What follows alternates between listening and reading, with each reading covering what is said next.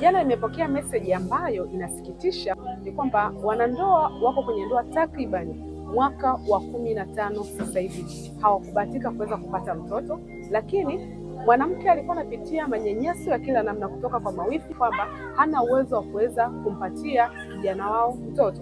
Mwanamke huyo alikuwa kila kumshawishi mmeo aende kufanya vipimo. Mwanaume alikuwa anasema kuwa yeye yuko sawa, hana changamoto ya kutokuwa na uwezo wa kutumisha ujauzito, na kwenye familia yao hakuna historia ya changamoto za namna hiyo.